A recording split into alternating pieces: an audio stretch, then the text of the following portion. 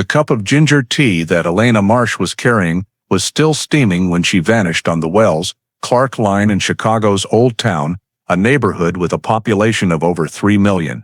Valentine's Day night in 1978 arrived with a bone-chilling wind off Lake Michigan, sweeping through the narrow streets, as if trying to swallow the pale yellow glow of the streetlights. At 9:52 p.m., Elena's neighbor, Mrs. Margaret Doyle, looked out her kitchen window and saw the 22-year-old dance student clutching her wool scarf tightly as she walked down the narrow passage between two old red brick buildings. Elena was carrying the beige canvas bag she had used throughout her time at the Old Town School, an item so familiar that everyone in the neighborhood recognized it.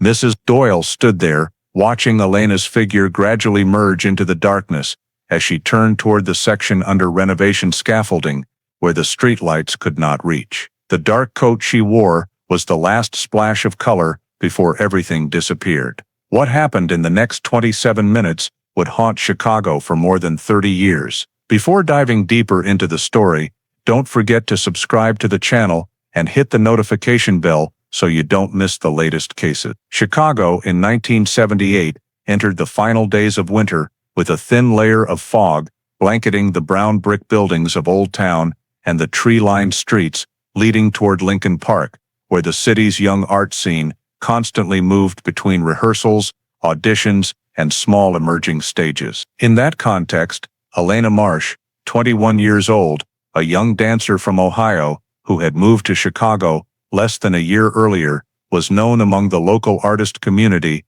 as a promising face thanks to her solid technique, serious attitude, and packed rehearsal schedule at the Old Town School of Folk Music. Elena lived in a small rented apartment just a few blocks from the school, sharing the space with an art student roommate. Her personal relationships revolved around a few close friends, an ex-boyfriend from the previous summer, and a man who had recently appeared in her life a few weeks earlier, though no one knew the exact nature of that relationship. On the evening of February 14th, Elena finished her final rehearsal around 10 p.m. at the Old Town School. Some classmates said goodbye as they left, while two independent witnesses, one pedestrian passing Wells Street and one clerk at a nearby convenience store, saw Elena leave the building, carrying her dance bag and walking toward Clark Street as usual. The second witness noted a man standing a few meters away from her, apparently watching her, or coincidentally, heading in the same direction, but no one considered it unusual. By 11 p.m., Elena had not returned to the apartment, even though the walk took less than 10 minutes.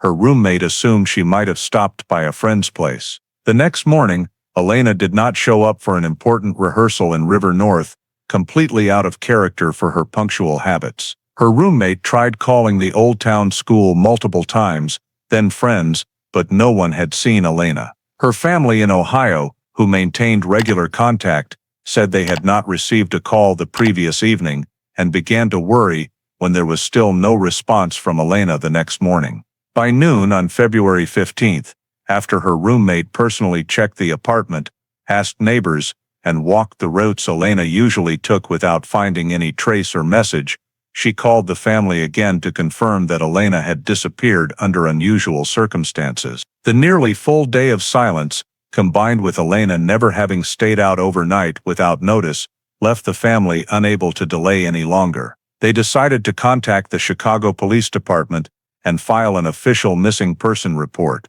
Early that afternoon, CPD received the call, verified basic information, and immediately classified the case as missing person, adult female, before transferring it to the North Side Area Investigative Team to begin the initial intake process. The on-duty investigator, Lieutenant Robert Hanley, was the first to take charge of the file and immediately contacted Elena's roommate to confirm the lack of contact lasting over 14 hours. Elena's apartment near Lincoln Park was checked that same afternoon. The door was properly locked, no signs of forced entry, the interior undisturbed, the bed showed nothing unusual. Elena's usual personal bag was noted as missing from the room, while other fixed items remained in place, indicating the victim likely left the apartment the previous evening on her normal schedule. There were no signs of a struggle, no overturned objects, no unusual odors or any crime scene indicators that would force police to treat it as an on-site assault.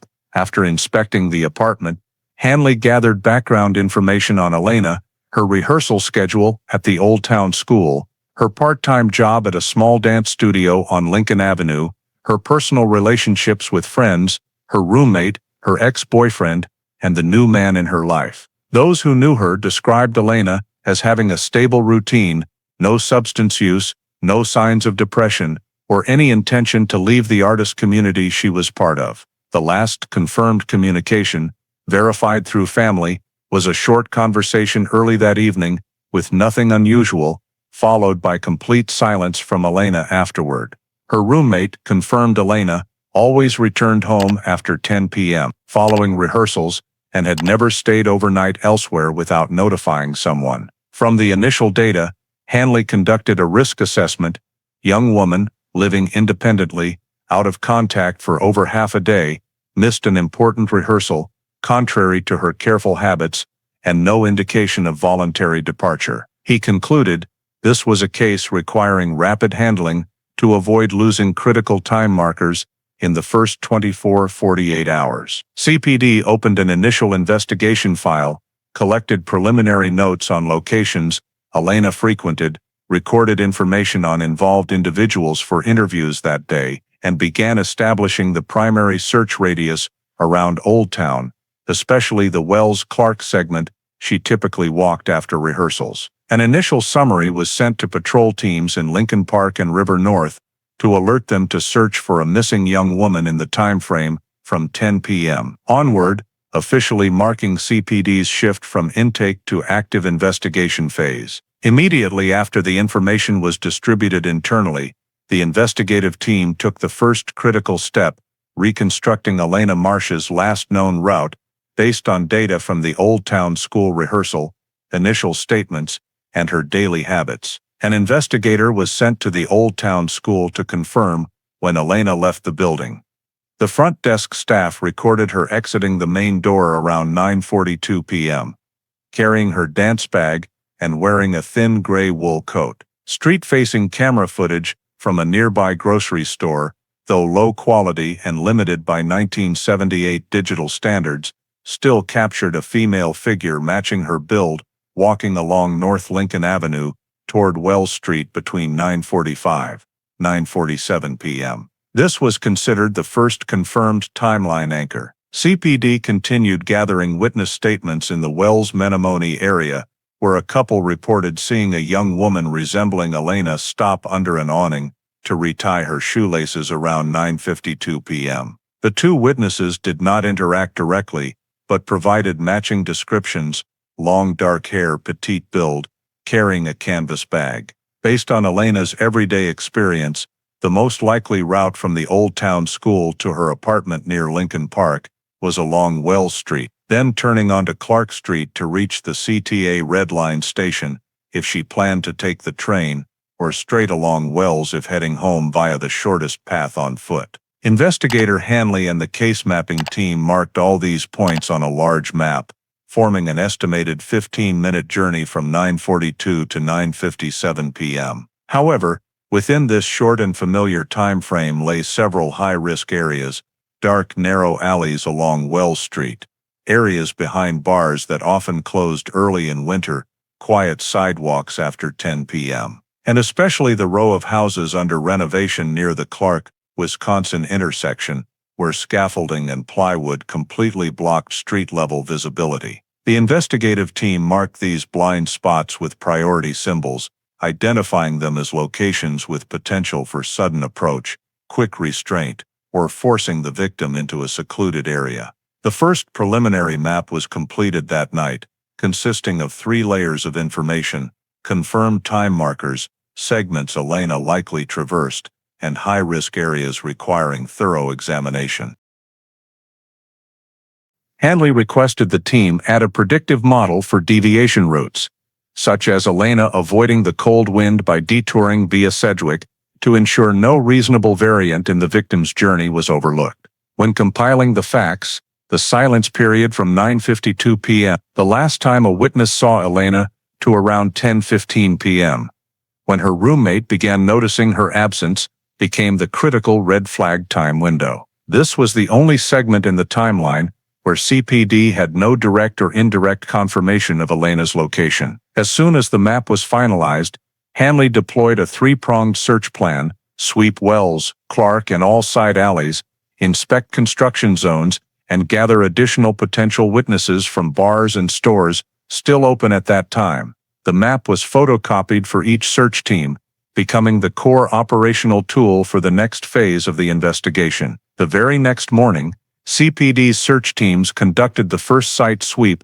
based on the established movement map, divided into 4 groups according to key time markers, and focusing first on the Wells-Clark segment, where Elena was last seen. Team 1 walked along Wells Street, carefully checking storefronts, gutters, doorways, and asking early opening shop owners for any additional passers-by from the previous evening, but no new witnesses were found. Team 2 approached the row of houses under renovation near Clark, Wisconsin, the area marked as a high-risk blind spot. Investigators noted the area was shielded by wooden scaffolding, with dim lighting and no visibility from the street.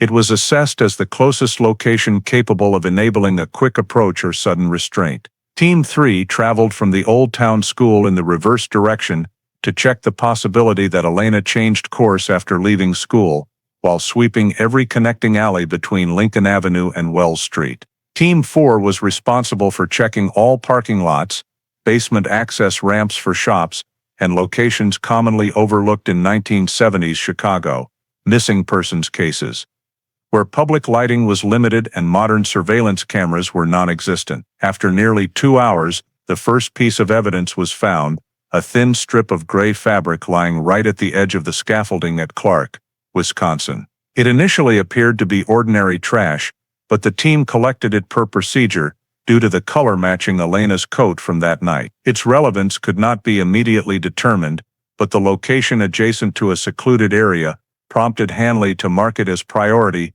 and send it to the lab for material analysis. Continuing along Wells Street, an investigator discovered a faint drag mark on the ground near the gutter, resembling a shoe sole being pulled, though unclear due to the previous night's melted snow. The mark was photographed, measured, and coordinated for comparison with the types of shoes Elena typically wore. Near the Menomonee corner, another small item was found, a plain black button with no logo. The roommate later confirmed Elena did not own any clothing with that type of button, so the item was classified as not excluded, relevance undetermined. Nevertheless, the appearance of 2 small stray items along the route prompted the search team to expand the inspection area along Wells Street, 1 more block northward. In that section, a team found a small tear on the edge of a canvas bag, caught on a metal fence beside an abandoned house. The bag was off-white, empty of contents, with one strap partially torn.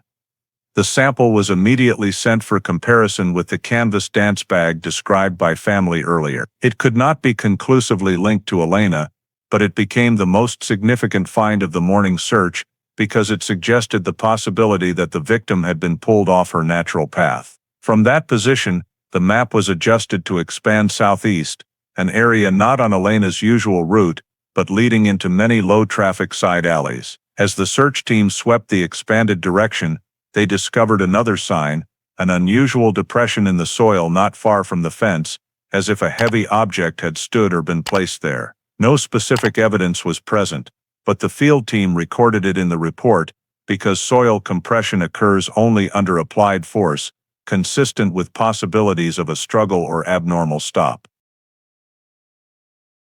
Throughout the morning, the teams found no signs of overt assault or blood, but the accumulation of scattered items, fabric strip, drag mark, unusual button, torn strap canvas bag, began forming a conclusion. Elena may have been forced to change direction or pulled off the main path at a blind spot between Wells and Clark. On that basis, the search radius was expanded an additional 250 meters along 3 branches. Alleys leading to Sedgwick, the rear alley behind the abandoned house, and secondary paths leading to the old parking lot behind Clark Street. The area team reported that the rear alley behind the abandoned house contained numerous wooden planks, metal drums, and zigzag paths prone to disorientation, consistent with a scenario of forcing the victim off the main street. All morning findings were forwarded to Hanley's desk for supplemental mapping.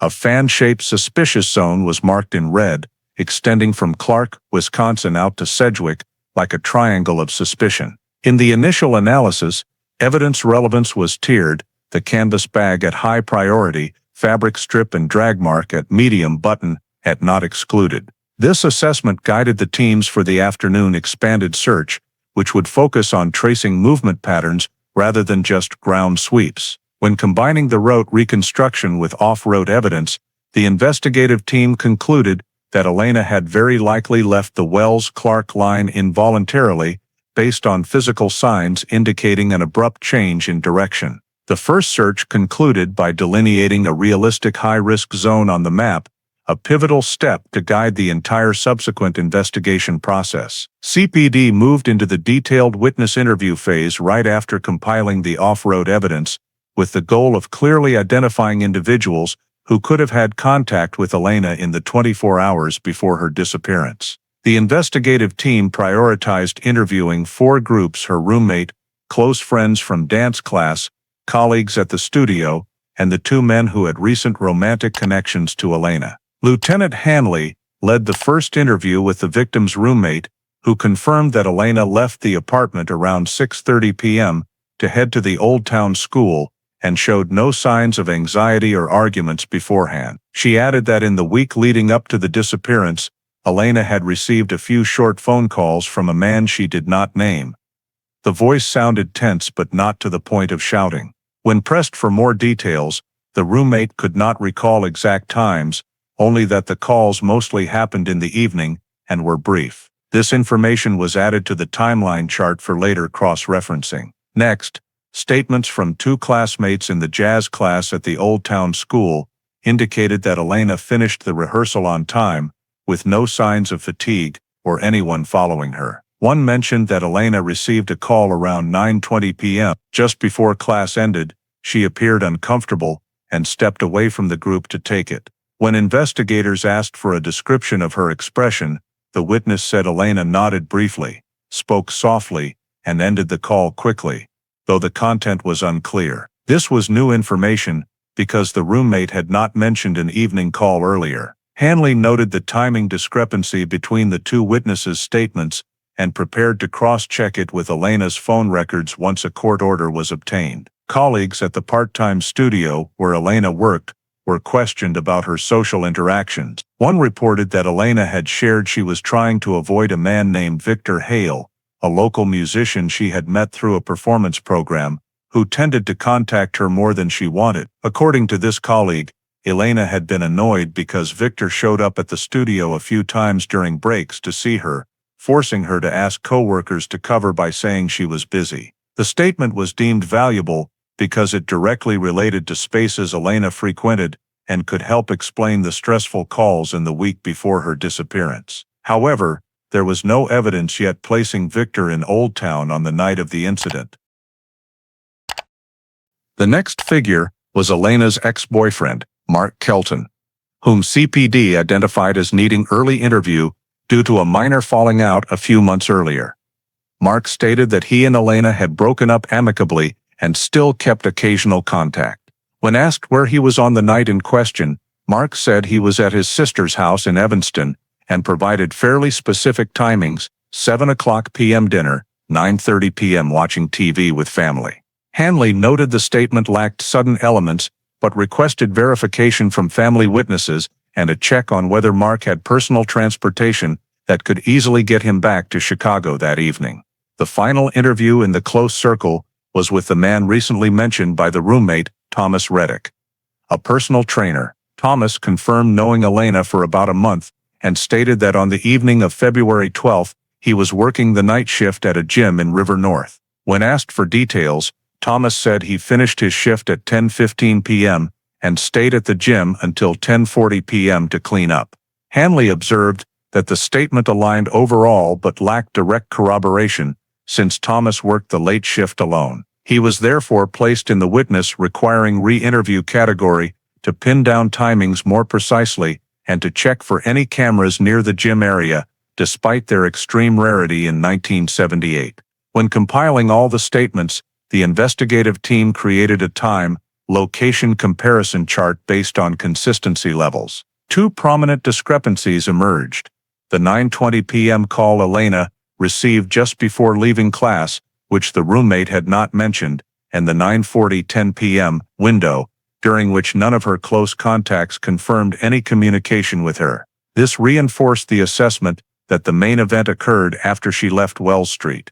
Hanley requested behavioral analysis of each person in the close circle.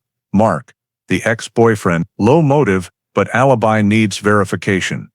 Thomas, the recent acquaintance, schedule overlapping the risk window, and Victor, the musician who had been bothersome, with a pattern of unannounced appearances at Elena's workplace. When filtered by criteria of ability to access the victim in the 9:40-10 p.m. window and prior uncomfortable interactions, two names stood out clearly: Thomas and Victor. Both lacked solid alibis from independent witnesses, both had recent close contact with Elena, and both were within reasonable travel distance of Wells Clark that night. A preliminary suspect chart was established with priority levels: Victor at high, due to his history of monitoring her at work; Thomas at medium-high, because of the unverified work schedule. Hanley requested both be re-interviewed within the next 48 hours, while coordinating with the area intelligence team to check whether either had a history of violence or prior involvement in disturbances. Finally, the investigative team compiled a list of witnesses needing follow-up, the two classmates at Old Town School, to verify the exact time gap between Elena taking the call and leaving the building.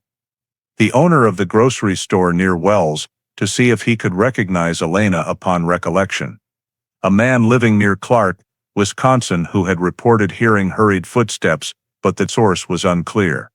And the night shift bartender at a bar near the scaffolding area, who might have had a view of the back alley. This list was assigned specifically to individual investigators, launching a new round of interviews aimed at narrowing potential suspects and strengthening the still gappy timeline. To further rule out the possibility that the victim left the Wells Clark area via public transportation, CPD shifted to reviewing all public transit routes in the 9:40-10:30 p.m. window, corresponding to the period when Elena was lost from sight. Since Chicago in 1978 had no surveillance camera system, verification relied entirely on operational logs, ticket sales receipts, shift notes, and statements from drivers and station staff. First, the investigative team went to the CTA Red Line station, Clark Division, where Elena might have stopped if she chose to head home by train.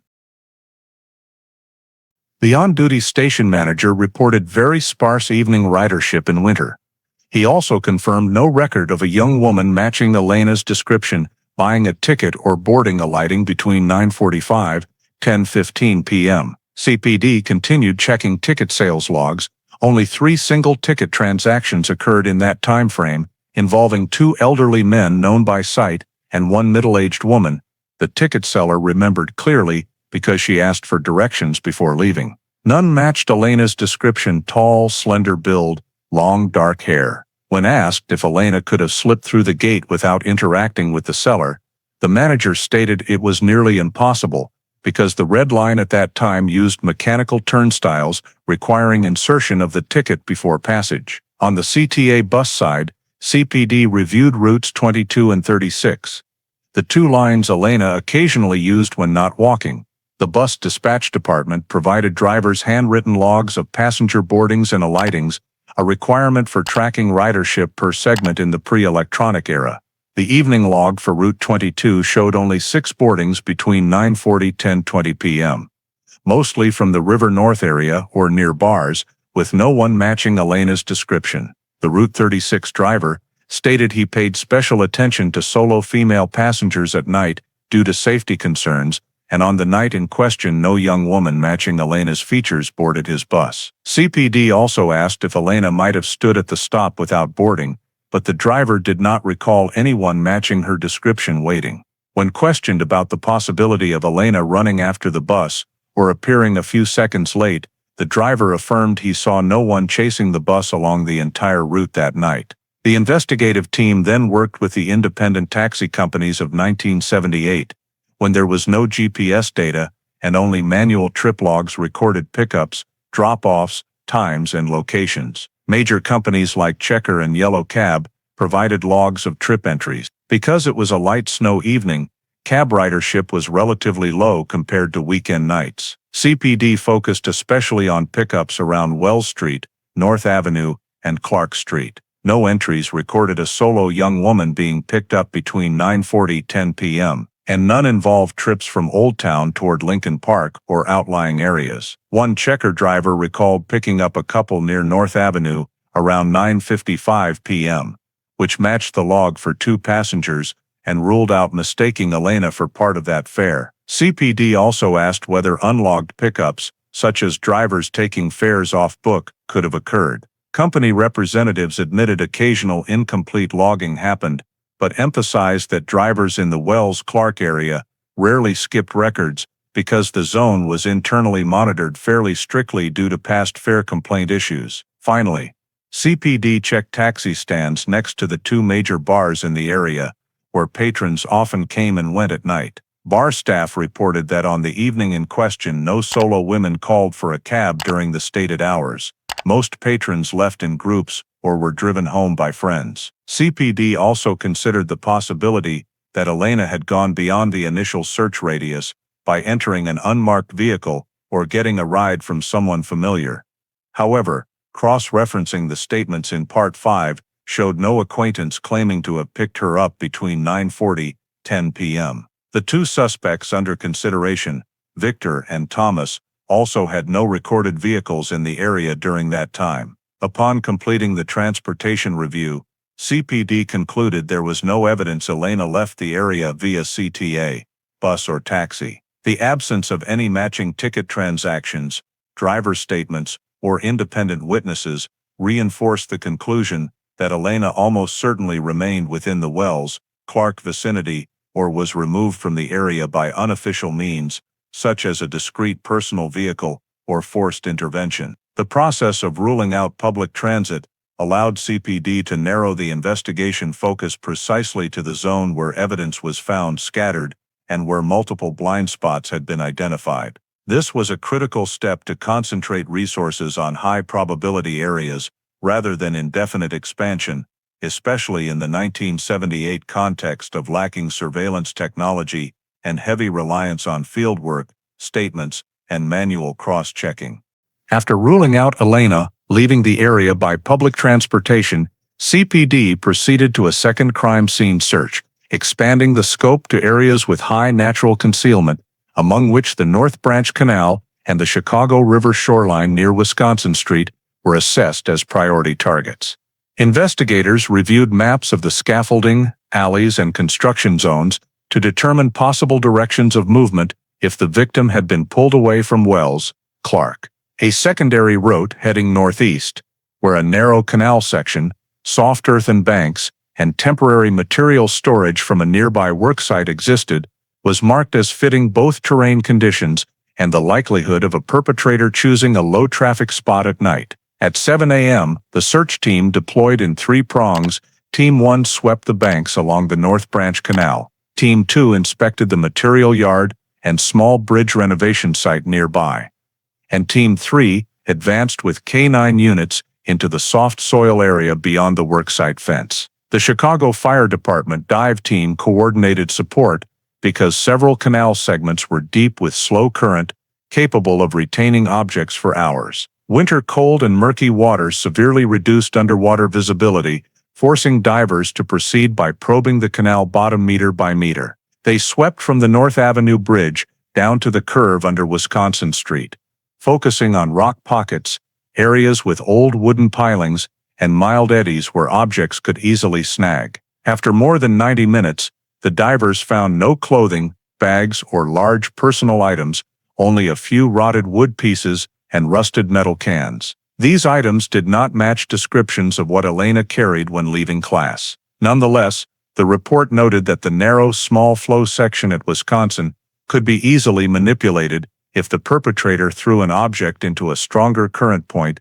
it could have drifted far beyond the search radius. Lacking modern sonar technology in 1978, the dive team could only confirm no direct discoveries without fully ruling out relevance. On the bank side, Team 2 carefully inspected the half-enclosed, half-open sheet metal worksite. This was the area with temporary wooden scaffolding for repairing drainage systems, containing plywood sheets, metal drums, concrete debris, and some temporary trenches inside. Though about 4 blocks from Wells Clark, field maps showed an alley cutting through 2 blocks that could lead directly from the suspected bag discovery point to the worksite, making it a key focus of the second search. Investigators checked every drum, every gap between planks, and noted both old and fresh shoe prints in the damp soil. However, due to constant worker traffic over many days, no prints could be isolated as case-related. They only recorded common shoe sizes from 8 to 11,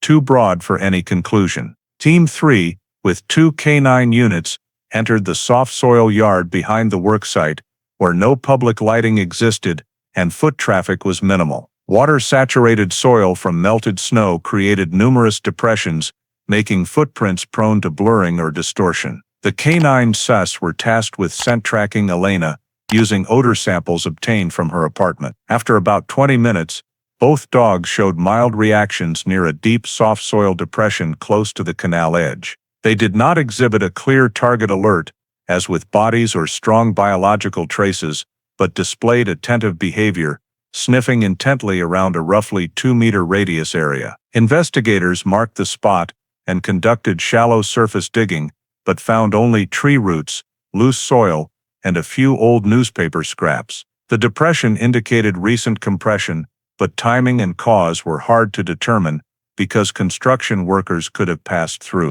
The K9 sus were retested on other routes, but showed the same reaction upon returning to the soft soil yard, without escalating alert intensity. The result was assessed as reaction not excluding possibility, but insufficient for definitive interpretation. This frustrated Hanley, because the area was suspicious enough yet lacked clear directional evidence. To bolster the assessment, the search team expanded another 50 meters along the canal bank, attempting to locate drifted or snagged objects. One investigator found a small dark blue-green ribbon caught on reeds near the water's edge. The item was wet, slightly faded, and could simply be litter. Compared to Elena's clothing description, no matching details existed, however, because its location at the canal bank coincided with the K9 reaction zone. It was collected for forensic examination. Nearby canal residents were asked if they heard unusual sounds on the night of the incident. One middle-aged man reported hearing something fall into the water sometime after 10 p.m. But he was uncertain because strong wind rattled his windows. The statement held reference value, but was insufficient for hypothesizing. By late morning, all search teams returned with the same conclusion: the river and worksite areas showed noteworthy indicators, but no definitive evidence. This forced CPD to classify the entire zone as suspicious point pending further conclusion, requiring continued cross-referencing with new data from statements, evidence analysis, or later searches. The lack of conclusive proof at the canal and worksite both disappointed the investigative team and reinforced the view that any deviation from the Wells-Clark line could be a dead end without fresh information. Nevertheless, the K9 reports and noted soil depressions prevented ruling out the area, compelling CPD to retain it as a potential link in the chain of events on the night Elena Marsh vanished. In the 4 years since Elena Marsh disappeared, CPD continuously reviewed investigative leads, but obtained no definitive evidence, and by early 1982, all accumulated data showed the case falling into a deadlock. The 1978-1982 summary report noted that all field search efforts from the Wells-Clark route, the construction area, the North Branch Canal banks to points marked by K9 units, yielded no key discoveries. The scattered evidence initially collected, such as the fabric strip, unusual button, torn strap canvas bag, and soil depressions, was not confirmed as directly related to the victim. Manual forensics of that era could not provide any scientifically reliable comparison. Expanded statements from classmates, colleagues, neighbors, and Old Town area witnesses only painted a hazy picture. Elena left the Old Town school on time, showed no signs of conflict, and vanished within minutes of entering her familiar path. The three individuals once considered potential suspects, ex-boyfriend Mark Kelton, recent acquaintance Thomas Reddick, and musician Victor Hale, all lacked complete alibis but also had no concrete evidence incriminating them. All three were re-interviewed multiple times between 1979 and 1981. Each time, CPD expanded cross-verification of their statements with schedules, supporting witnesses, and context, but detected no directive inconsistencies. The investigative team even re-swept some old construction zones and consulted street repair records to see if the body could have been concealed by any infrastructure projects during construction, but found no connection. The file also recorded checks on several resident reports of unusual noises near the canal, yet all information lacked sufficient weight to become leads. From an operational perspective, the case lacked three core elements for continued investigation: no body, no secondary crime scene, and no direct witnesses. This left any hypotheses about Elena being assaulted, taken elsewhere, or voluntarily leaving the area hanging at the level of speculation. Hanley and veteran investigators agreed that continuing the probe under conditions of comprehensive data deficiency would not yield progress, but only disperse resources. The closure recommendation report, completed by the end of Q1 1982, stated, "No physical evidence establishing criminal activity, no witnesses confirming unusual interactions with the victim, unable to determine the victim's location or status over the past 4 years." After leadership approval, the Elena Marsh case was officially classified as a cold case and archived in CPD's Unsolved Files unit. The collected evidence was sealed under the limited preservation conditions of that era. Statements and field reports were organized into case file number 78M412. Although no investigator was satisfied with this conclusion, the reality was undeniable. Not a single trace over 4 years was sufficient to open a new direction. The case gradually faded into obscurity in the system, becoming one of hundreds of unsolved missing persons files in Chicago at the end of the 1970s. In early fall 2011, more than 3 decades after the Elena Marsh file was shelved as a cold case, a crew working on a drainage system renovation project along the North Branch Canal unexpectedly discovered a set of human bones while digging foundations in the area near Wisconsin Street, not far from the point CPD had once deemed suspicious but inconclusive in 1978. The workers initially thought they were animal bones mixed in the sediment, but upon seeing the pelvic structure and skull with characteristic adult human shapes, they immediately secured the area and called police. Patrol units arrived first, cordoned off the entire 3-meter-wide pit, then notified the Cook County Medical Examiner's office. The bone fragments were found at a depth of nearly 1.5 meters, scattered in moist clay soil, indicating they had been displaced or affected by water flow over a long period. The EME office dispatched a forensic team to the scene, collecting each bone piece per modern protocols, marking their relative positions in the pit to aid later analysis. They determined it was an adult human skeleton, female gender, based on pelvic features. Notably, alongside the bones was a small metal object, corroded but retaining a shape resembling a keychain or bracelet.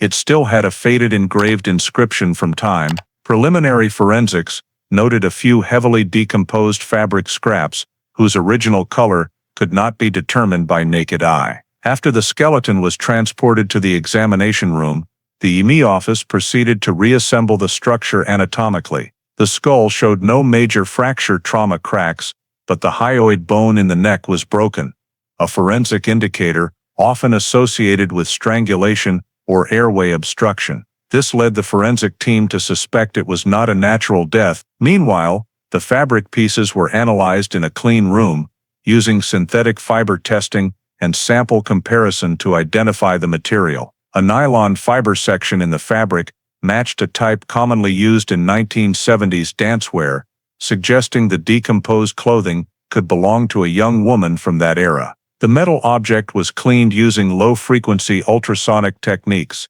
After oxide layers were removed, 3 faded characters emerged. EM, matching the initials of Elena Marsh. The EME office immediately contacted CPD to cross-reference old missing persons files. Upon checking the list of missing women from 1970 to 1985 in the Chicago area, Elena Marsh's name stood out because the disappearance location long aligned with the bone discovery site, only a few hundred meters northeast of the Wells-Clark route. CPD's cold case unit, which had been heavily restructured since the late 1990s, received the information from the E office and cross-referenced file 78M412. The Elena Marsh case closed in 1982. This was the first time in over 30 years that significant physical data related to the case emerged. The cold case team quickly assembled old documents, 1978 scene photos, statements, movement maps, field notes, construction and canal bank search reports, along with the initial evidence list. In storage, the torn strap canvas bag and gray fabric strip collected during the first search remained, though degraded over time. Some of Lieutenant Hanley's handwritten notes describing the construction area as suspicious but lacking conclusive basis were also retrieved for re-evaluation. When the E office sent a preliminary report to CPD, they confirmed the skeleton belonged to a woman aged 1825 at time of death, fully matching Elena's age in 1978. Bone wear and decomposition levels were consistent with burial in a moist environment for over 30 years. Notably, the broken hyoid was marked as a high suspicion indicator, signaling death was not accidental or natural. CPD designated both the nylon fabric sample and the EM engraved metal object as identification evidence and prepared comparisons with any recorded images or descriptions of Elena's possessions from the old file. The official identification process was conducted by comparing the skeleton's dental structure with dental records obtained from the Marsh family.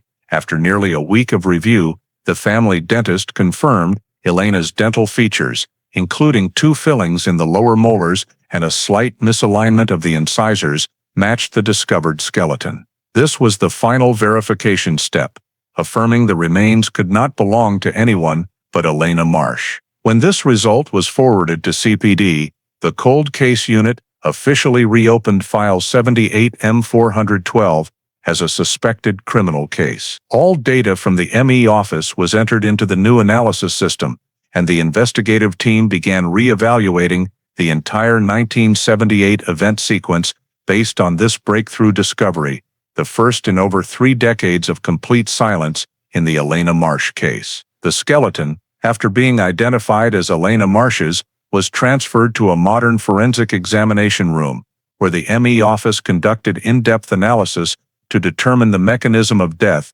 and assess whether remaining traces on the bones, adhered soil, and decomposed fabric could provide new information for the investigation. 2011 forensic techniques allowed for expanded analysis far beyond the capabilities of the 1978-1982 period. The hyoid bone, a small structure under the jaw crucial for stabilizing neck muscles, was examined first. Naked eye observation showed a break in the greater horn, with a clean fracture but signs of strong force, typically associated with strangulation or direct squeezing. Under microscopy, the fracture line indicated compression force rather than natural decay or long-term soil impact.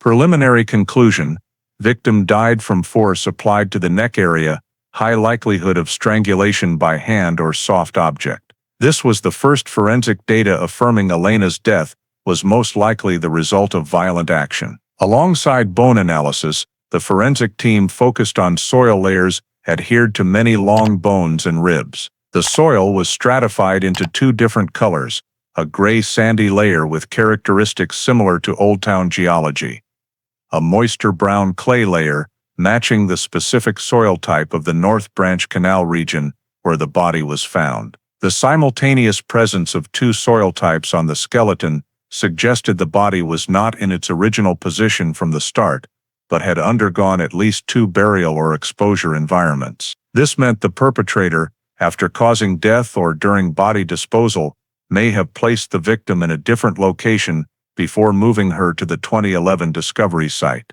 This hypothesis aligned with prior field observations about the construction site and soft soil yard, potentially concealing or disturbing the body position over years. The decomposed fabric pieces were processed in a clean room to minimize contamination risk. Most fibers had rotted, but a small patch retained enough structure for touch DNA testing, a modern technique allowing DNA recovery from residual epithelial cells. The sample underwent cell lysis and micro-DNA extraction processes. Results showed the presence of male DNA on one of the nylon fibers, at low concentration, but sufficient to confirm it as genuine trace rather than random contamination. Notably, this DNA was not from examiners or site workers, as internal control samples were negative. Though identity could not yet be determined, the discovery of male DNA on fabric from the body area indicated the victim had close contact with a male individual at the time of the incident.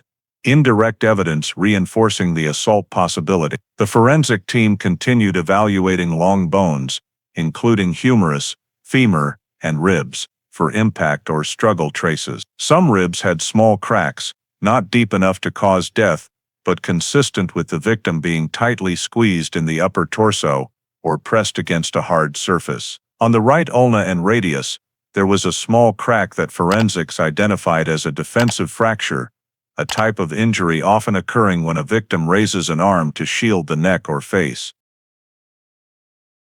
This supported the hypothesis that Elena resisted in the initial assault phase. Further micro-trauma analysis showed the death process was quick and controlled, consistent with continuous force strangulation.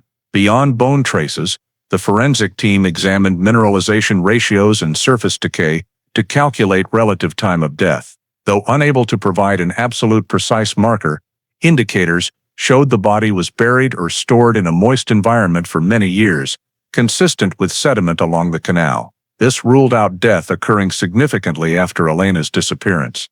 Instead, forensics affirmed the victim died very close in time to her vanishing in February 1978.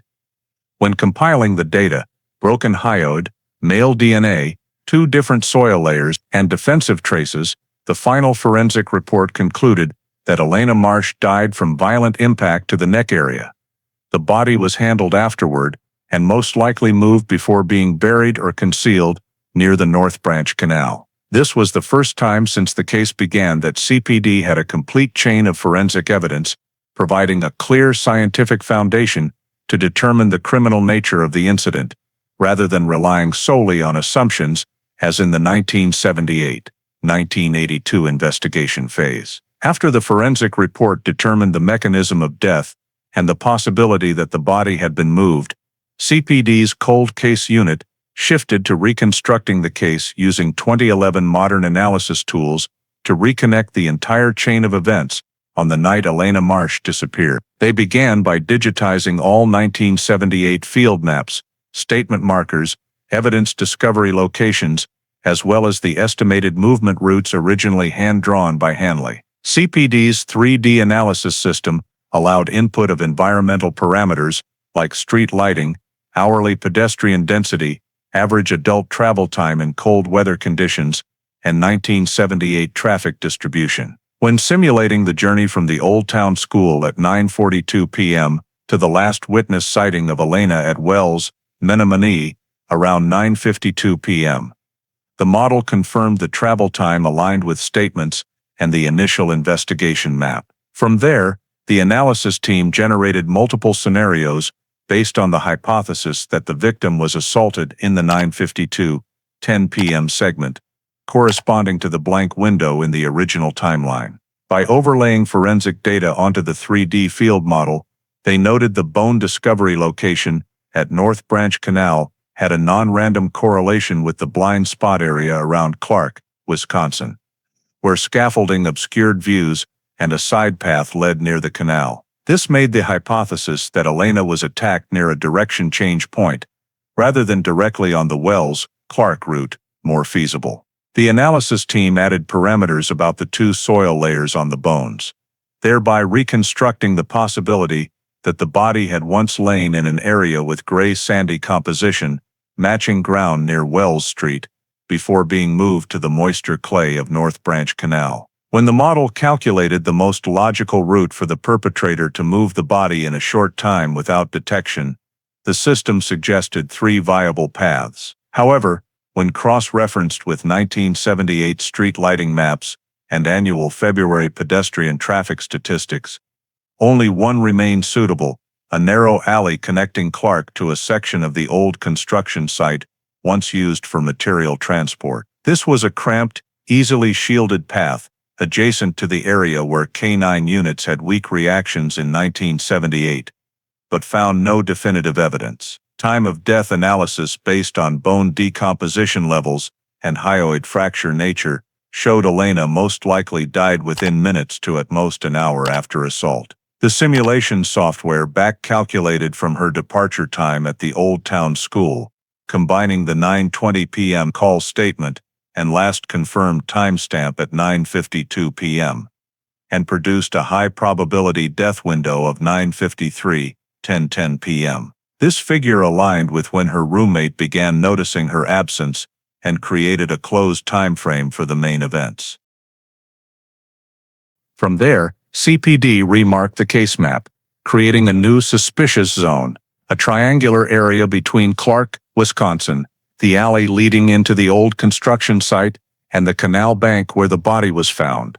This zone had previously been considered, but not prioritized due to data shortages. Now, when cross-referenced with 2011 forensic conclusions, including the body having been in two different soil environments and showing defensive traces, the 3D model revealed significant alignments, the likely assault location, the possible temporary body placement spot, and the shortest path out to the canal, all connected into a far more logical chain than the initial hypotheses. This reconstruction result gave CPD a scientific basis to re-examine the 1978 suspects in an entirely new context, while clearly identifying the area needing refocused analysis to trace the attacker's actions on the night Elena Marsh vanished. With the new suspicious zone established from the 3D analysis model and the significantly narrowed time of death window, CPD's cold case unit shifted to recross-referencing all 1978 statements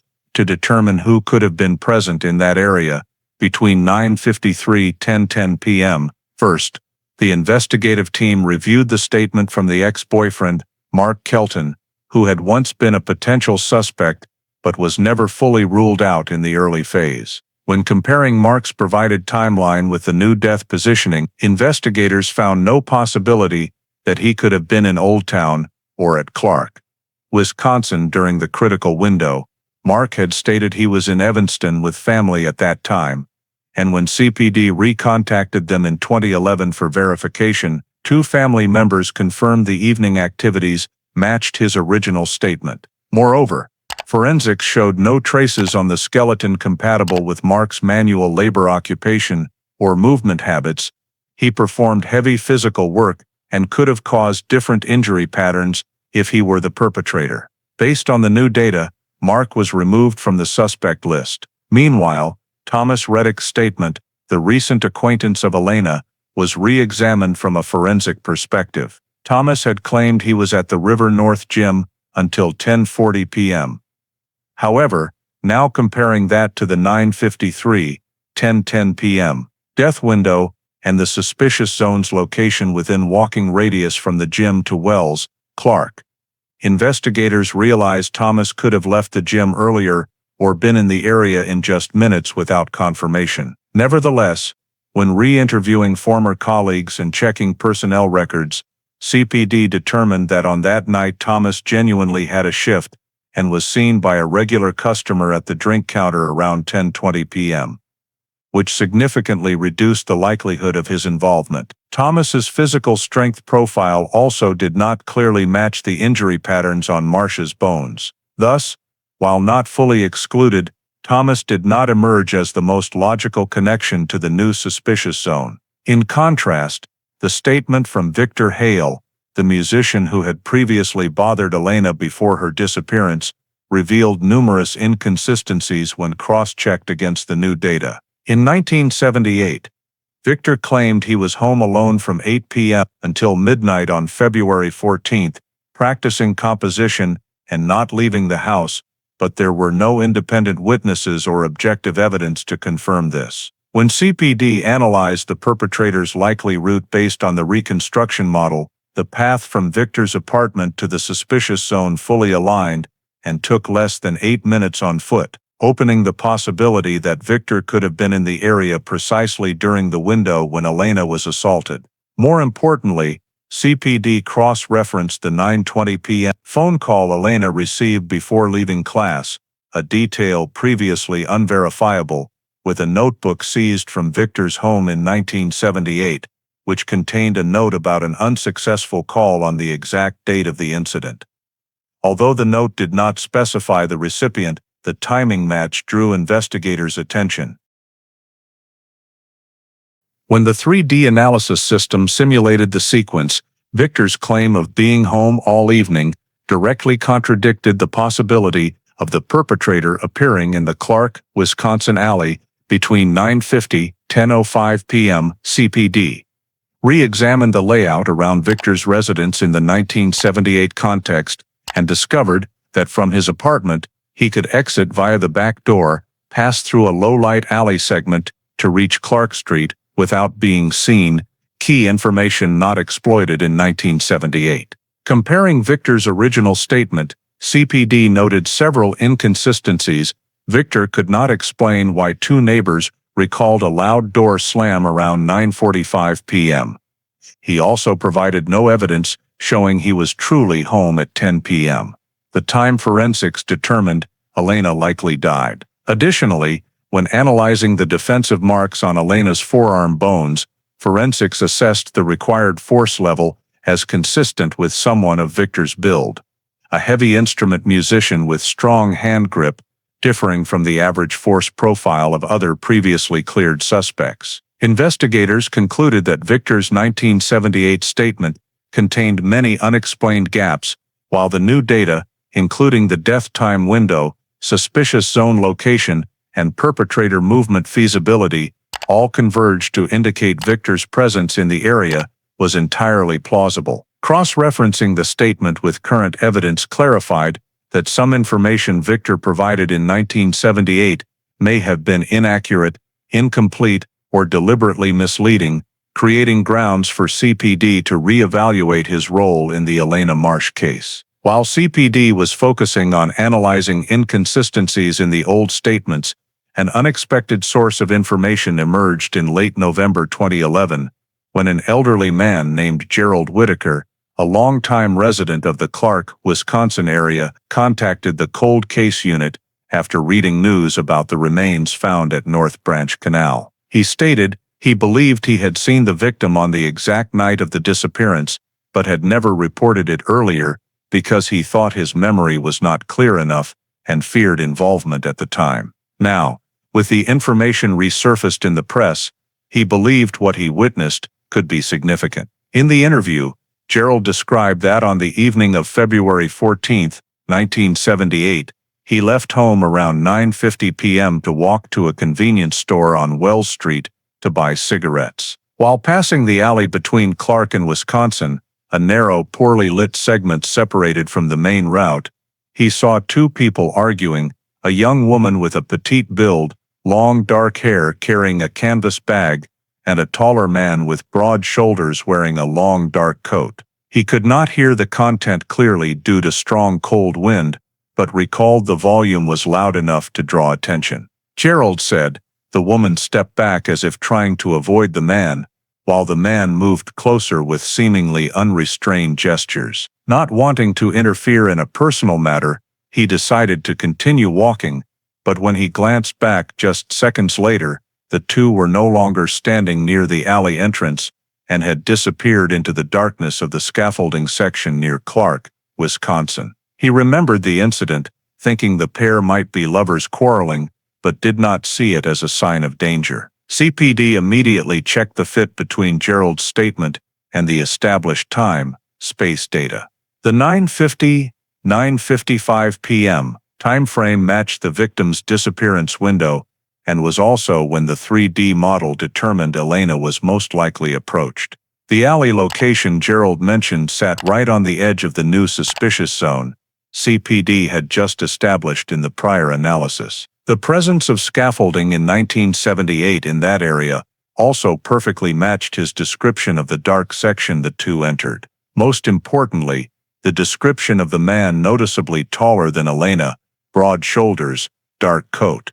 Three features matching descriptions from multiple colleagues and acquaintances of Victor Hale in the late 1970s. When asked further, Gerald said the man was hatless, with somewhat long hair falling to his collar, a detail matching archived images of Victor held by CPD.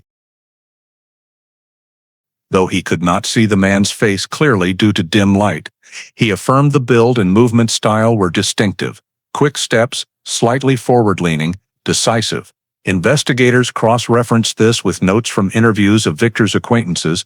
Many had described his gait similarly to what Gerald said. When matching all the data, CPD determined Gerald's statement not only aligned with the forensic timeline, but also filled a previous gap with no direct witness the moment Elena left the main Wells-Clark route and entered the scaffolding area leading toward the canal. His observation of Elena stepping back during the argument also reinforced the hypothesis that the victim had defensive reactions before violence occurred, matching the defensive fracture on the forearm bone found by forensics. CPD incorporated Gerald's statement into the 3D model, marking the encounter point and the path the two took, and found the alley he described perfectly matched a route the perpetrator could have used to take the victim into the dark area near the construction site. Thus, the new witness's statement not only gained credibility through alignment with forensics and field models, but also directly linked Elena to a man whose appearance fit the primary suspect in the critical time window. This was a piece CPD had never had in the 1978 file, and the first eyewitness evidence describing interaction between the victim and a male individual right before her disappearance, an element that substantially strengthened the investigative focus on the key suspect. After Gerald Whitaker's statement was verified and integrated into the case analysis model, CPD brought in an FBI behavioral analyst to comprehensively evaluate the perpetrator's psychological profile based on the new chain of evidence, signs of victim approach, argument before disappearance, force characteristics on the bones, body relocation capability, and the relationship between the victim and men in her acquaintance circle. The behavioral report was built on factors: the perpetrator likely knew the victim, approached at close range without triggering strong alarm, showed sudden emotional escalation when faced with rejection, and used direct violence rather than weapons. This behavioral pattern is typically associated with motives rooted in personal obsession and desire for control, rather than opportunistic or random assault.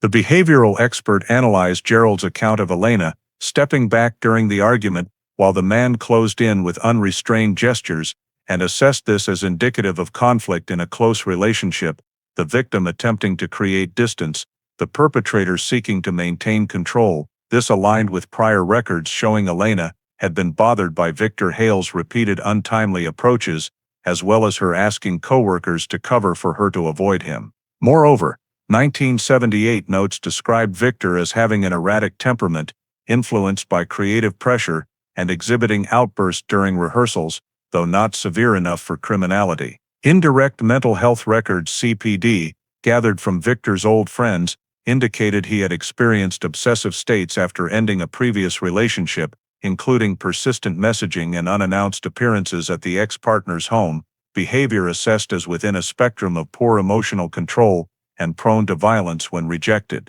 When cross-referencing these behavioral models with Elena's event sequence, the behavioral expert identified the most plausible motive as belonging to the obsession-control category. The perpetrator wanted to maintain presence in the victim's life despite her avoidance, and when confronted with direct resistance, as occurred in the Clark, Wisconsin alley, violent behavior was rapidly triggered. The behavioral report also noted the force usage characteristic, manual or soft object strangulation, indicated intent to immediately subdue the victim without loud noise, common in cases where the perpetrator knows the victim and acts in a state of explosive anger. This attack style also matched the forensic conclusion on the hyoid fracture and forearm defensive wounds. The behavioral expert further analyzed the perpetrator's choice of body disposal site, moving the body from an initial location, possibly near the scaffolding, to the canal bank, suggested the perpetrator was familiar with the area, knew low-traffic spots, and knew how to exploit the environment for concealment. This fit Victor Hale, who had lived on Clark Street for years and habitually walked around the old construction sites, as confirmed by some neighbors. Additionally, placing the body in a seasonally erodible and flood-prone area indicated the perpetrator had no long-term plan but acted instinctively, a sign of sudden impulsive violence rather than calculated behavior by an experienced criminal. CPD continued reviewing Victor's file and discovered a small but meaningful event. About a month before Elena's disappearance, Victor had been reported for a minor altercation at a bar near Lincoln Avenue after arguing with a man about his excessive pursuit of a woman. Though the incident did not lead to criminal charges, the report description noted Victor displaying loss of emotional control when challenged or rejected. This data perfectly matched the behavioral profile the expert outlined. When piecing together the chain, Victor's presence in the alley per the new witness description, the obsession, control behavioral model, ability to move quickly through lesser-known shortcuts, and lack of a clear alibi in the 9:50–10:10 p.m. window, CPD found no other suspect more fitting the entire picture. In the internal meeting minutes, the investigative group stated, Victor Hale satisfies all three elements simultaneously: emotional motive, behavioral capability, and fit with field forensic data. This was the moment CPD elevated Victor to primary suspect status, fully shifting priority from suspect of interest to main investigative target. Officially narrowing to the key suspect marked the transition from broad assessment to deep focus on a single individual, laying the foundation for CPD to prepare subsequent steps to verify Victor Hale's degree of involvement in the Elena Marsh case. With the primary suspect narrowed and the behavioral model established, CPD proceeded to reconstruct the crime mechanism using kinematic simulation methods, combining forensic data, the new witness statement, and 1978 Clark, Wisconsin spatial modeling. The goal was to determine the most logical sequence for three phases: victim approach, restraint, and killing, then body relocation through two different soil environments before discovery near North Branch Canal. Phase 1, approach, was simulated based on Gerald Whitaker's statement describing Elena arguing with a tall, broad-shouldered man in the alley between Clark and Wisconsin. When modeled along Elena's natural movement from Wells Menomonee, the software determined she may have turned into the alley after being called or blocked. The position where Gerald saw the two facing each other was about 10–12 meters from the street, visible to passers-by but difficult to hear clearly. The behavioral model suggested the perpetrator, if Victor, may have closed in after requesting a private talk and being refused, leading to the argument. Coordinating with forensic data on defensive fractures, the model recreated Elena raising her arms to shield her neck as the perpetrator lunged, grabbing an arm or shoulder to restrain. The simulated force required to produce the ulna fracture and rib cracks matched the physique parameters of a man of Victor's height and muscularity, while not fitting the average force profile of other previously cleared suspects. In the simulation, restraint occurred in 10–20 seconds, short enough to avoid major attention, but strong enough to prevent escape. Next, the killing phase was simulated based on the hyoid fracture characteristic, a classic sign of continuous force strangulation. The model showed that holding pressure on the neck for 20–40 seconds could cause asphyxiation, unconsciousness, and death. Given the 1978 scaffolding area's many obstructions and low light, this could occur without street visibility, especially since the alley was hidden from Wells Street and the Clark area was quiet near 10 p.m. in winter. Phase 2, initial body placement, played a key role in explaining the two different soil layers found on the skeleton. Reviewing 1978 maps, CPD identified a gray sandy lot near the Clark Wisconsin scaffolding used for temporary construction material storage. This soil composition matched the first layer adhered to Elena's bones. The reconstruction simulation showed the perpetrator, after causing death, likely dragged or carried the body to this area to avoid street detection. The spot was only meters from the alley and had ample cover like plywood, metal drums. Kinematic analysis determined an adult of Victor's build could move a body, Elena's weight, in 20-45 seconds without leaving obvious traces, especially on the soft, cluttered temporary construction ground. Phase 3, relocating the body to the secondary site near the canal, explained the moist brown clay layer on the bones. CPD used the shortest path simulation from the construction site to the North Branch Canal edge, identifying a narrow 1.5-meter corridor running parallel to old buildings, leading directly to the low-lying bank area. This was precisely the spot where K9 units had mild reactions in 1978, but found nothing specific. When simulating movement, the software confirmed the perpetrator needed only 2-3 minutes to bring the body to the canal edge, fast enough to avoid detection, especially with very low pedestrian traffic near 10 p.m. in winter. Forensic soil and bone decomposition indicated the body may have remained there for hours to days before fresh soil covered it, likely from rain or natural sediment. To explain the second relocation, CPD incorporated 3 scenarios into the model, attempting deeper concealment along the canal bank, trying to throw into the water but failing due to shallowness, or forced sudden departure after hearing noise. The most logical scenario, based on forensic data and Gerald's report of unusual sounds near the canal that night, was that the perpetrator tried to place the body at the water's edge for the current to carry it away. But due to low tide and obstructed terrain, the body was only partially buried and did not fully drift. When CPD ran a simple hydrodynamic simulation, results showed February North Branch Canal water levels were below average, making disposal of a heavy object into the channel unreliable for complete removal. The analysis system also recreated the soil depression in the soft yard, matching the mark that prompted K9 reactions in 1978, thereby supporting the hypothesis of temporary body placement in that area. Finally, when cross-referencing body relocation models, assault force application, and defensive traces, CPD concluded that the 3-phase sequence approach in the alley, death by neck compression, body movement through 2 distinct soil sites, perfectly matched the 2011 forensic report. This not only reinforced the simulation's plausibility, but also constructed a consistent perpetrator behavioral scenario on the night Elena Marsh vanished, directly linking 1978 data with modern findings, while clearly identifying the location and action sequence of the offender within the new suspicious zone.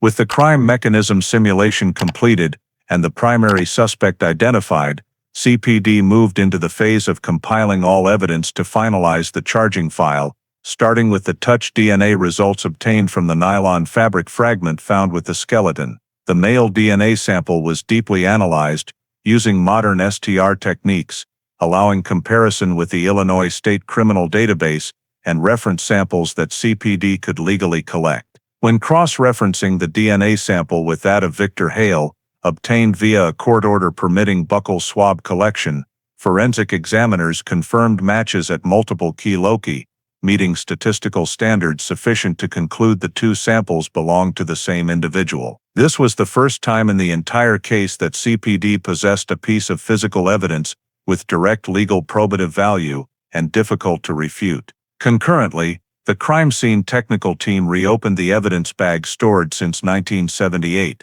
including the apartment key belonging to Elena that had been collected from her roommate after her disappearance. When examined using modern fingerprint analysis with fluorescent powder and photography under blue light, they detected a faint partial print on the key's body, a type of mark that 1970s techniques were incapable of reading. Though the print was faint and incomplete, the arch pattern and a characteristic segment along the ridge edge matched 7 points of correspondence with Victor Hale's fingerprints. Under Illinois legal standards in 2011, while not sufficient for absolute identification, this fingerprint, could serve as supporting evidence, especially since it appeared on a personal item of the victim with no reasonable explanation for Victor's print to be present, absent direct contact. Elena had never reported lending Victor her key, and her roommate's statement confirmed he had not visited the apartment in the month before her disappearance, making the fingerprint anomalous, an element reinforcing the hypothesis of forced contact. Meanwhile, the psychological evidence team reviewed the entire diary seized from Victor's home in 1978, a document previously deemed insufficiently weighty without a body. When analyzing the handwriting and content in the context of the reopened case, CPD noted numerous passages expressing obsession with a young woman in the dance class described with features closely matching Elena.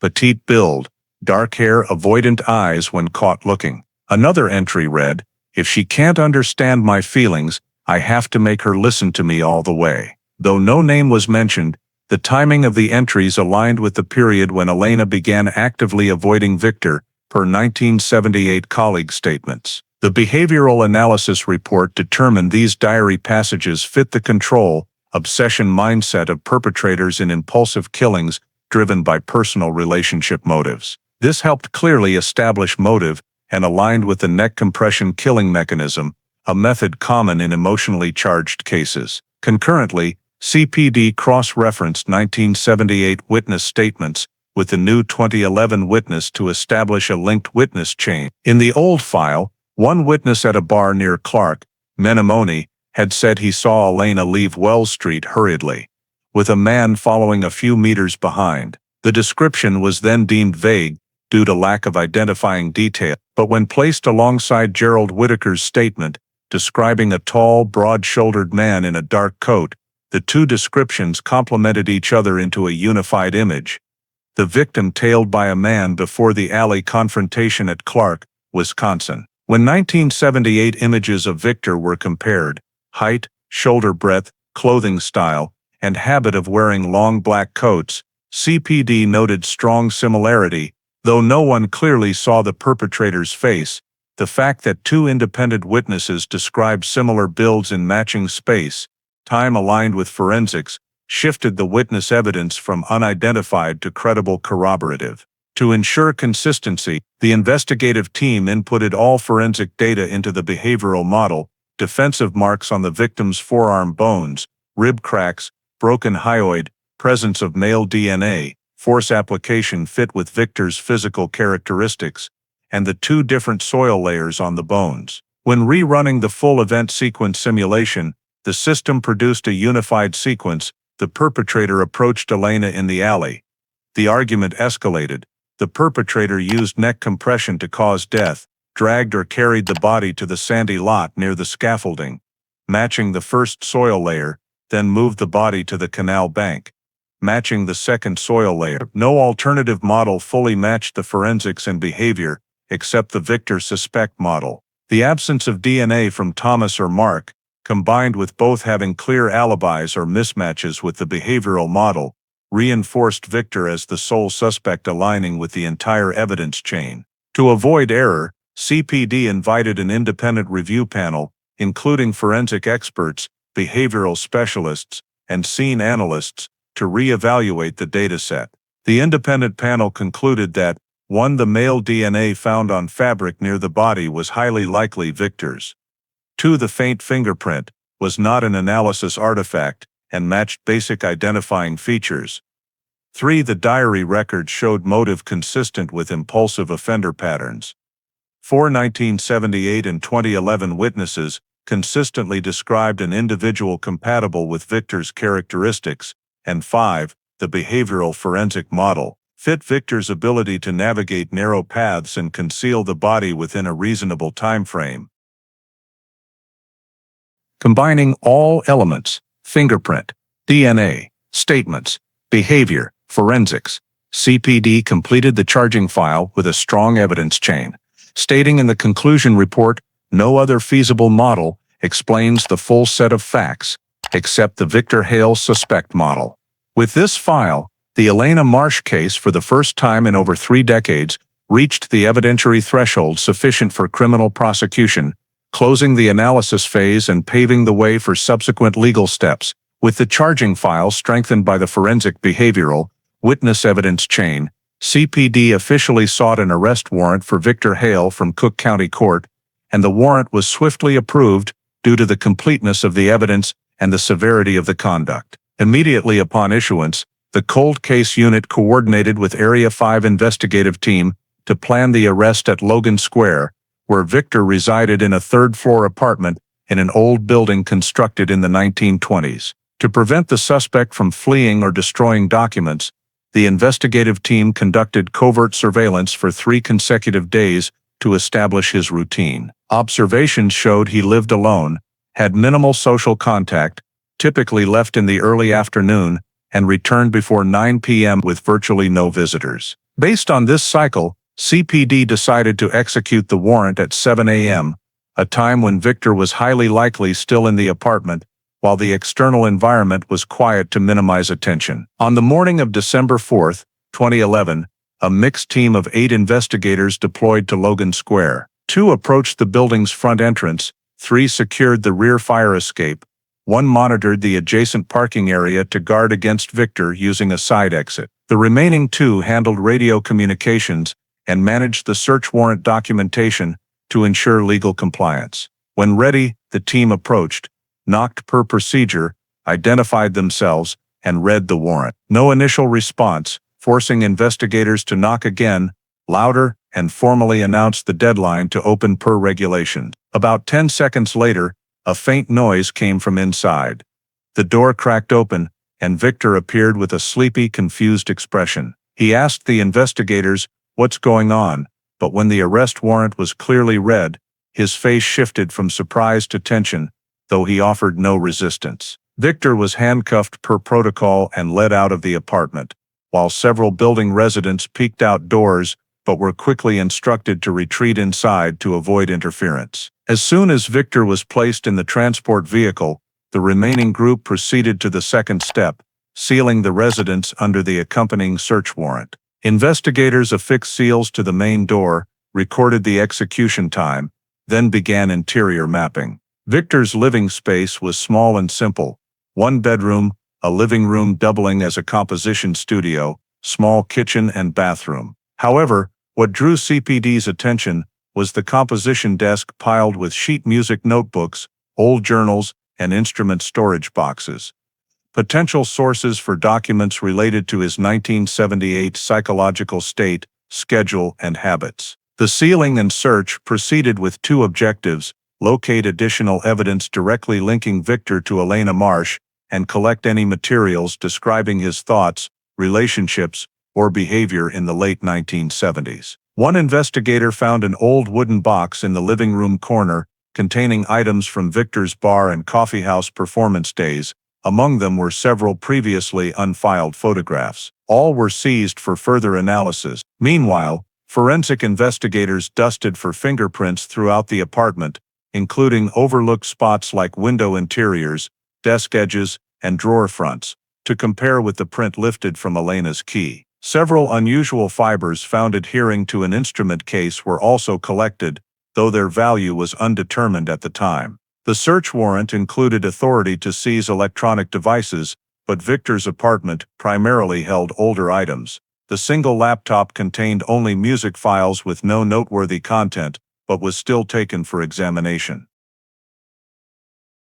During the search, the team monitoring Victor in the transport vehicle noted he remained silent, eyes downcast, and answered no procedural questions beyond name and date of birth. Though showing no overt resistance, his demeanor was described as cold, detached, and not prolonged surprise, as if he had long prepared mentally for this, or at least understood that discoveries at North Branch Canal would bring everything back. In the attached report, the lead investigator noted that Victor did not ask why he was being arrested, a common question from suspects believing themselves innocent, but instead asked, "I'll need a lawyer, right?" This response, per operational assessment, indicated a certain awareness of the weight of evidence CPD held. Once the apartment search concluded, all evidence was sealed and transported to the lab, while the residence was locked for any required follow-up checks. The investigative team closed the Logan Square scene report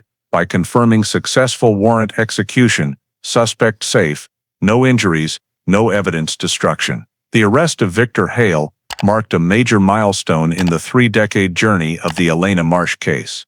The first time CPD could remove a suspect from the realm of suspicion and place him in a position to answer before the law, based on a composite evidence set encompassing modern forensics, behavioral data, and witness accounts spanning 2 generations. At Cook County Court, Victor Hale's trial drew significant attention because the Elena Marsh case had once been one of Chicago's most enigmatic missing persons files from the late 1970s. On the first day, the prosecutor opened with a full summary of the investigation from 1978 to 2011, emphasizing that this was not a case built on speculation or hazy memory, but a combination of modern forensic data, newly validated witness statements, and a fully reconstructed investigative logic chain. The 1978 timeline was projected via 3D reconstruction from Elena leaving Old Town School around 9:42 p.m.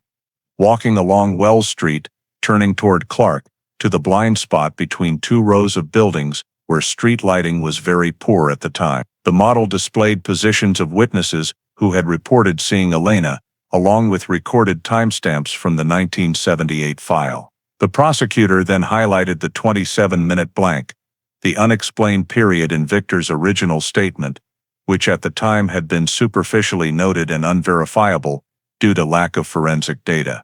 From the reconstructed timeline, the jury was explained the Wells-Clark suspicious zone, the area where Elena vanished, and which also coincided with where Victor's 1978 vehicle was often parked near his music studio. Next, the forensic team presented the 2011 examination results. A diagram of Elena's skeleton appeared on screen: broken hyoid, chipped laryngeal cartilage, injuries consistent with manual strangulation. The forensic expert explained that this fracture pattern could not result from a fall or natural post-mortem impact, but only from strong frontal neck compression. Soil adhering around the skull indicated the body had been moved at least twice before decomposition stabilized, consistent with a scenario where the perpetrator initially concealed the body temporarily, then transferred it to North Branch Canal within 48 hours of the crime. The fabric fragment found beside the skeleton carried male DNA,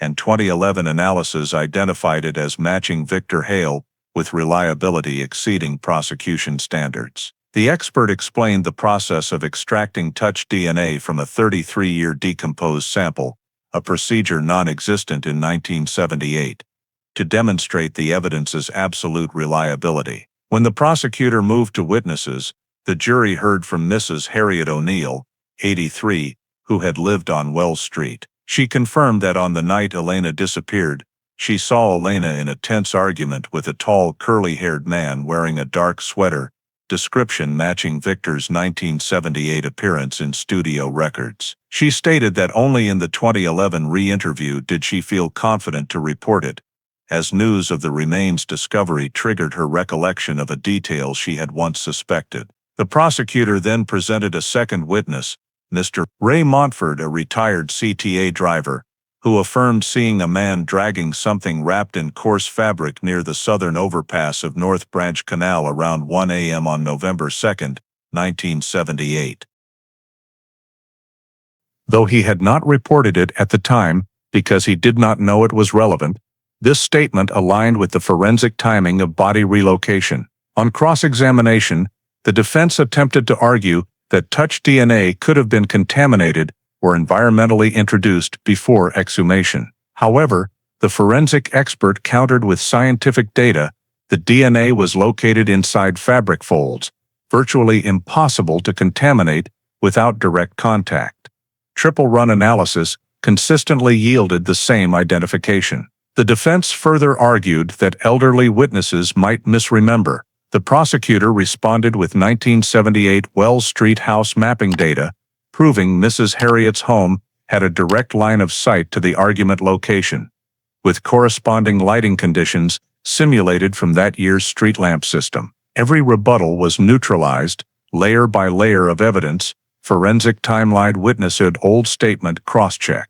When the prosecutor presented the final section, contrasting Victor's 1978 statement with the 2011 time analysis, the jury was shown numerous implausibilities, especially the 27-minute gap Victor could not account for, precisely when Elena vanished. At the close of presentation, the judge instructed the jury to begin deliberations. They were provided a full evidence summary, grouped by category, scientific, behavioral, witness, and statement, cross-check. The deliberation room fell silent, with every member focused on the reconstructed timeline and forensic comparison chart. Investigators observed most jurors taking continuous notes, particularly on the DNA linkage and witness descriptions. Deliberation extended, but the trend leaned toward accepting the seamless evidence chain, a structure the defense could not dismantle. The trial moved to the verdict waiting phase. When the jury returned to the courtroom and the judge requested the verdict, the courtroom space nearly held its breath. Everyone watched every small movement of the jury foreperson. After reading the charges, the jury announced that Victor Hale was guilty of first-degree murder in the death of Elena Marsh, based on the chain of scientific modern forensic and authenticated witness evidence. The prosecutor recommended life imprisonment without parole due to the severity of the conduct, the prolonged concealment of the body, and the extended evasion over 3 decades that left the victim's family in anguished uncertainty. The judge concurred, emphasizing that although 33 years had passed, the solemnity of the law had not diminished, and the delay in body discovery did not reduce the defendant's criminal responsibility. Victor showed no strong reaction. He merely bowed his head, hands clenched, and offered no final words beyond asserting he did not intend harm. A statement carrying no weight with the jury or court given the full data chain, proving deliberate and controlled criminal conduct. After sentencing, CPD held an official internal review of the entire investigation process from 1978 to 2011. The over 190-page internal report documented early operational shortcomings, particularly the failure to fully collect off-route evidence, lack of documentation on suspicious vehicle positions, and early disposal, rather than long-term storage of fabric fragments from the Wells-Clark route that could later have supported DNA analysis. Cold case unit investigators presented how forensic technology had entirely altered the case trajectory from no body, no traces, no weapon, to precise determination of death mechanism and body relocation structure through hyoid analysis, touch DNA, adhered soil modeling, and North Branch Canal hydrographic positioning. One of the most important recommendations drawn from the case was the standardization of evidence collection protocols in all missing persons incidents, even when no clear criminal indicators existed initially. CPD proposed that all items found within the final movement radius be collected, sealed, and stored long-term rather than discarded early. Additionally, missing persons files showing timeline disruptions should be re-evaluated every 5 years with new technology, rather than awaiting random discoveries, as in Elena's case. A dedicated spatial per-temporal analysis group for old files was recommended, with the goal of digitizing evidence maps and creating 3D models for all pre-1990 cases. The Elena Marsh case became an internal CPD exemplar.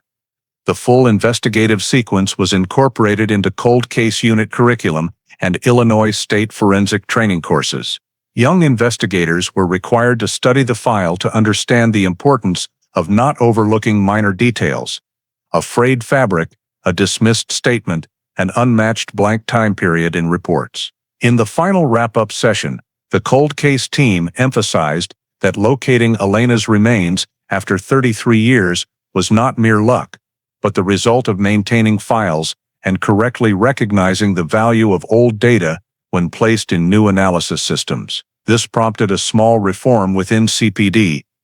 A comprehensive review of all 1960s, 1980s files to assess any with reactivation potential. For the Chicago community, Victor Hale's conviction ended a mystery spanning nearly 3.5 decades, and affirmed that justice is not bounded by time. Elena's family finally received an answer to her disappearance on that 1978 Valentine's night, and the case was preserved as one of the most striking examples of modern forensics power in solving cold cases once thought to have lost all traces. CPD concluded its report with the declaration, "No case is ever truly closed if questions remain unanswered," and thereafter rigorously applied this philosophy to every remaining cold case file, with Elena Marsh becoming the symbol of justice achievable even after 33 years of silence. The story of the Elena Marsh case, which stretched across 3.5 decades before being solved, reflects many issues that remain prevalent in American life today.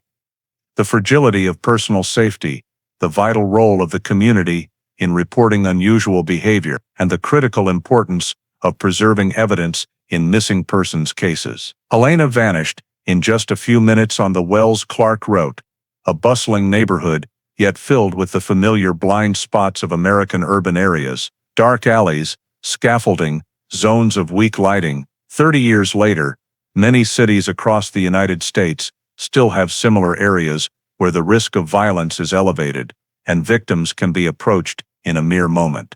The first lesson is that attention and vigilance are never excessive.